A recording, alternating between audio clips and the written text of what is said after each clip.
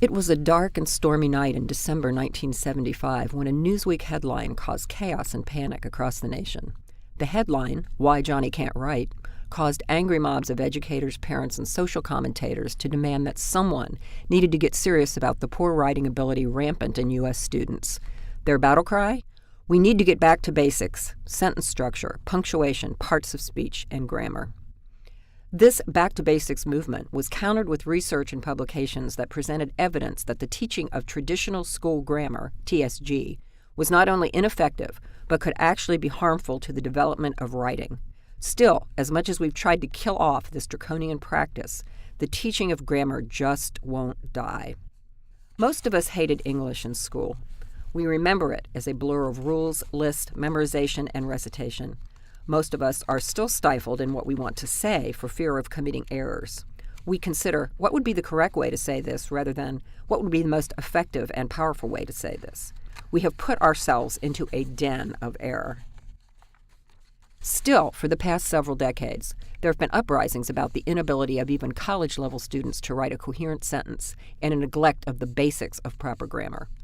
Prior to the Newsweek article in September 1977, a college entrance examination board panel concluded that more and more high school graduates show up in college classrooms and employers' personnel offices with barely a speaking acquaintance with the English language and no writing facility at all. Barely a speaking acquaintance? No writing facility at all? Are these not fighting words? Even as early as the 1960s, Americans were injecting the teaching of grammar with the lifeblood of snobbery. In Warner's English Grammar and Composition, published in 1963, he states that good English is the kind of English used by educated people. Skipping ahead, did someone say ahead? Several decades to 1995, and you have the book Other People's Children, Cultural Conflict in the Classroom, espousing that students who do not have access to the language used by those with resources and power do not have access to those resources and power. In 2008, James Willington lamented the slow destruction of the basic unit of human thought, the sentence. He blamed this, in large part, on texting and instant messaging. Yes, there are those who continue to worship the undead corpse of grammar. Oh, if these teachers would just get back to basics: spelling, punctuation, coordination of subjects and verbs. If they would just do their jobs.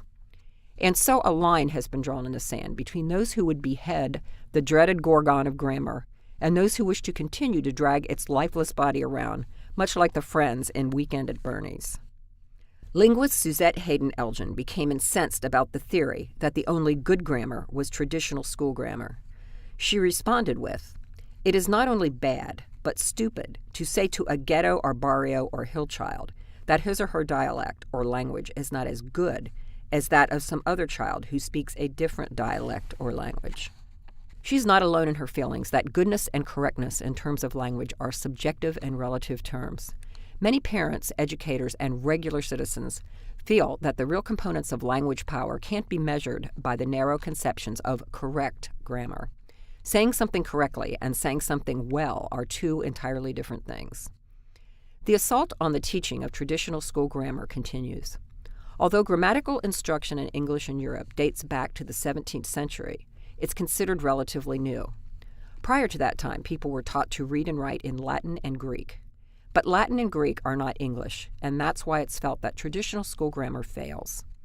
According to English Grammar by Catherine Riley and Frank Parker, the parts of speech and usage rules are hopelessly ambiguous and problematic.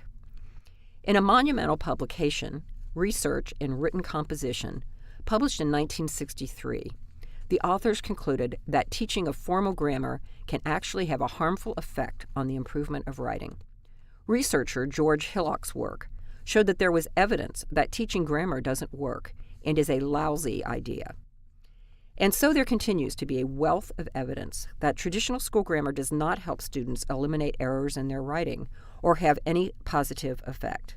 However, there is still considerable professional interest in situating grammar instruction in the context of process instruction. Grammar is an alluring vampire.